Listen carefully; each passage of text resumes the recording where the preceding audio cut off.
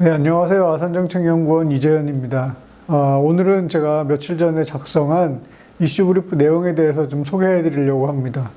이슈 브리프 내용은 2025년 남중국해 분쟁이 어떤 양상으로 펼쳐질 것인가 라는 거에 관한 것인데, 필리핀과 중국은 어떤 전략을 가지고 어떤 생각을 가지고 남중국해 분쟁에서 2025년에 임할 것인가, 그리고 무엇보다도 중요한 것은 미국이 어떤 태도를 보일 것인가 라는 거에 관한 이야기입니다. 특히 미국의 중요한 부분은 단순하게 필리핀을 지원해서 남중국해 문제에 관여하는 것뿐만 아니라 이런 미국이 어떤 방향으로 갈지가 남중국해 문제 분쟁, 필리핀에 대한 지원, 더 나아가서는 지역의 동맹국가에 대한 정책과 미국의 인도태평양 정책, 그리고 지역의 전반적인 전략 균형까지 영향을 줄 수가 있기 때문입니다. 결론부터 간단히 말씀드리면 2025년에 필리핀과 중국은 여전히 남중국해에서 갈등을 빚을 것이다 라는 이야기입니다. 중국과 필리핀은 상수로 남습니다. 지금 그림에서 보시는 것처럼 필리핀과 중국은 남중국해에서 겹치는 해양 영토를 주장하고 있습니다. 그러니까 두 국가 모두 남중국해 문제는 국가 주권에 관한 문제고 절대로 양보할 수가 없는 부분입니다. 필리핀 입장에서는 지금 현재 마르코스 정부는 이 남중국해에서 필리핀의 주권을 보호하기 위해 중국의 강한 태도를 취하고 있는 것 때문에 정치적인 지지를 받고 있습니다. 이 지지를 계속 이어나가야 될 이유도 있고, 또 올해 5월에 있을 중간선거에서 지금 정치적으로 불화를 겪고 있는 부통령인 사라 두테르테, 그러니까 전 대통령인 두테르테의 딸인데 그 정치적인 갈등을 겪고 있는데 사라 두테르테의 세력을 제압하고 정치적인 입지를 강화하기 위해서도 남중국해에서 강한 태도를 취할 필요가 있습니다. 반면에 중국은 아까 말씀드린 것처럼 이게 주권 문제이기도 하고, 무엇보다 중요한 것은 최근 10여 년 동안 중국이 남중국해에서 효과적으로 전략을 사용해 왔다라는 어느 정도의 확신을 가지고 있고, 시간은 중국 편이다라고 생각하고 있는 것으로 보입니다. 지금 이 두 번째 그림에서 보시는 것처럼 중국은 2013년부터 2016년까지 꾸준하게 남중국해의 섬들에서 간척 사업을 해왔습니다. 간척 사업을 하고 영토를 땅을 넓히고 그 위에다가 그림 윗부분에 보시면은 이런저런 집 모양도 보이고 그런데 그런 군사 시설들을 꾸준하게 배치해 왔습니다. 남중국해에서 중국 군사력을 강화시키려는 목적인 것이죠. 거기에다가 남중국해 분쟁에서 중국은 지속적으로 회색지대 전략이라는 방법을 사용했습니다. 사실상 중국 정부하고 해군 그리고 해경의 지원을 받는 민병대들의 활동으로 동남아 국가들을 괴롭혀온 건데, 이런 중국의 전략에 대해서 동남아 국가들도 그렇고 동남아 국가들을 지원하는 서방 국가들도 그렇고 효과적으로 대응하지 못했고, 따라서 중국은 상당한 자신감을 가지고 있는 것으로 보입니다. 가장 중요한 것은 미국인데, 미국은 변수로 남아 있습니다. 간단히 말하면 필리핀을 도와서 남중국해 문제에 관여를 더 깊게 할 수도 있고, 필리핀에 대해서도 남중국해 문제에 대해서도 그리고 이 지역 전체에 대해서도 관심을 끊고 흔히 말하는 아메리카 퍼스트의 그런 고립주의로 돌아갈 수도 있는 두 가지 가능성이 있습니다. 첫 번째 가능성을 보면 역시 이거는 남중국해에서 갈등은 중국에 관련된 문제이기 때문에 미국 국내에서도 중국을 어떻게 해서든지 억제해야 된다라는 초당적인 합의가 있고, 트럼프 자신도 꾸준하게 중국에 대해서 비판을 해온 만큼 중국이 남중국해에서 세력을 넓히는 것이 바람직하지 않다라고 생각을 하면은 깊게 관여를 하고 필리핀을 지원할 가능성이 없지 않아 있습니다. 이런 경우라고 하더라도 트럼프 개인의 성향으로 볼 때 미국이 이 짐을 다 떠안기보다는 지역의 중견국들한테 일정한 부분에 기여를 하라는 압박을 할 가능성이 있습니다. 그리고 이런 중견국에도 한국도 포함이 되겠죠. 이 경우는 조금 더 이해하기 쉬운데, 두 번째 경우는 조금 더 이야기가 복잡해집니다. 우리가 트럼프 1기 행정부 때 트럼프 행정부의 동남아 정책을 보면 상당히 동남아에 대해서 무관심했습니다. 그 연장선상에서 이번에는 더 고립주의적으로 할 거고 동남아에 대한 관심도 보이지 않을 거다. 필리핀을 지원해서 남중국해 분쟁에도 관여하지 않을 거다라고 예상을 할 수도 있습니다.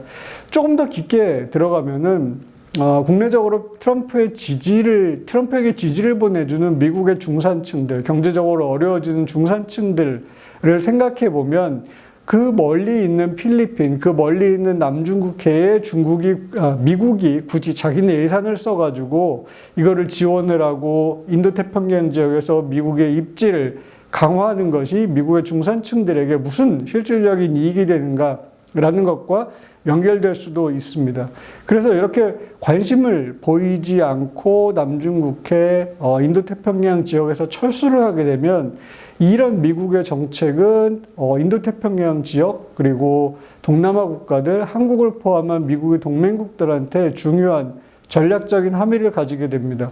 그러니까 큰 틀에서 보면은 중국과 미국이 경쟁하던 인도태평양 지역에서 힘의 균형이 깨진다라는 이야기가 되고 이렇게 힘의 균형이 깨지게 되면은 지역의 중견국들, 지역 국가들이 그 힘의 균형을 다시 맞추기 위해서 또 지역의 규칙 기반 질서를 유지하기 위해서 해야 될 일들이 훨씬 많아지고 부담이 커진다라는 이야기가 되겠습니다. 당연히 한국도 예외가 될 수는 없고요.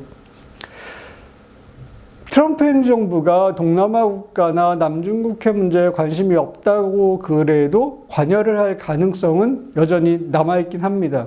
어떤 경우가 있냐면은 필리핀과 거래를 하는 것이죠. 필리핀 입장에서는 남중국해를 지키는 문제가 대단히 중요하고 따라서 미국한테 지원해달라는 이야기를 할 수 있는데 이런 경우에 트럼프 행정부는 실제로 지역의 해양 질서라든지 규칙 기반 질서, 중국을 억제하기 위해서가 아니라 필리핀으로부터 그에 상응하는 경제적인 대가를 얻어내고 필리핀을 지원해 줄 가능성이 약간은 있습니다. 지금 표에서 보시는 것처럼 미국이 필리핀을 지원하기 위해서 지출했던 돈이나 인력이나 이런 것들을 볼 때 미국 정부는 필리핀에게 이런 정도의 경제적인 보상을 하면은 우리가 지원을 해주겠다라는 그러니까 트럼프의 재정적인 거래에 기반한 관계인 거죠. 그런 이야기를 할 수도 있고 또 미국은 미국 내 필리핀 이주 노동자라든지 필리핀에서 미국에 수출해서 필리핀이 미국 시장에서 무역 흑자를 보는 것이라든지 이렇게 추가로 필리핀과 협상할 수 있는 그런 카드들이 있기 때문에 이런 카드들을 내밀면서 필리핀 정부에게 우리가 지원해 주는 대신에 돈을 내라 라는 식의 협상을 할 수도 있겠습니다. 어쨌든 결론적으로 말씀드리면은 2025년에도 남중국해 분쟁은 필리핀과 중국 사이에 지속될 거고 미국이 갈 방향은 아직까지는 좀 변수로 남아있다. 근데 중요한 거는 지역의 중견국들의 부담은 늘어날 거다. 미국이 관여를 하더라도 지역 중견국들에게 조금 더 많은 공헌을 하도록 요구를 할 것이고 미국이 빠져나간다면은 지역 중견국들이 힘을 합쳐서 지역 질서를 유지하고 이 인도태평양 지역이 특정 강대국의 영향권 하에 들어가지 않도록 힘의 균형도 맞추어야 되고 그 연장선상에서 중국과 대치하고 있는 필리핀에 대해서 군사적인 지원도 해야 될 필요성이 있을 것 같습니다. 따라서 한국은 이런 상황을 위기로 볼 것이 아니라 위기를 기회로 바꾸는 좀 지혜를 마련해야 될 것 같은데 예를 들면 지역 중견국들 사이의 전략적인 협력을 강화하고 또 한 걸음 더 나아가서는 한국이 이런 것들을 좀 주도할 수도 있지 않을까. 예를 들면 일본이나 호주와 인도태평양 지역의 질서를 어떻게 가져갈 것인가에 관해서 좀 논의를 하고 공통의 전략을 마련할 수도 있고요. 또 필리핀을 포함한 아세안 방면에 대해서는 2024년에 한아세안 포괄적 전략 동반자 관계가 맺어진 이후에 2025년은 그에 수반되는 행동계획을 만들도록 되어 있습니다. 이 행동계획에 한국이 필리핀뿐만 아니라 필리핀을 넘어서 다른 아세안 국가들에게 어떤 해양안보 협력을 할 것인가라는 부분을 좀 소상히 밝히는 것도 한국이 좀 프로액티브하게 움직일 수 있는 부분이라고 생각이 됩니다. 마지막으로 이런 이야기 맨 끝에는 결국 중국이라는 변수가 남습니다. 한국이 동남아시아 해양에서 조금 더 활동을 강화할 때, 동남아 국가들을 지원할 때 중국은 이에 대해서 어떻게 반응할 것인가? 물론 긍정적인 반응이 나올 거라고 생각은 안 합니다. 어쨌든 한국의 역할이 지역에서 안보 문제에 관해서 넓어지고 더 많아진다면은 이런 좀 불편한 관계는 피할 수 없는 것이고, 이거는 중국과 한국은 이런 우리의 국가 이익을 가지고 있고 이런 입장이다라는 것을 설명을 하고 대화를 통해서 풀어나가야 될 일입니다. 따라서 지금 단절된 대화의 채널을 다시 복원하는 게 최우선의 과제가 될 것입니다.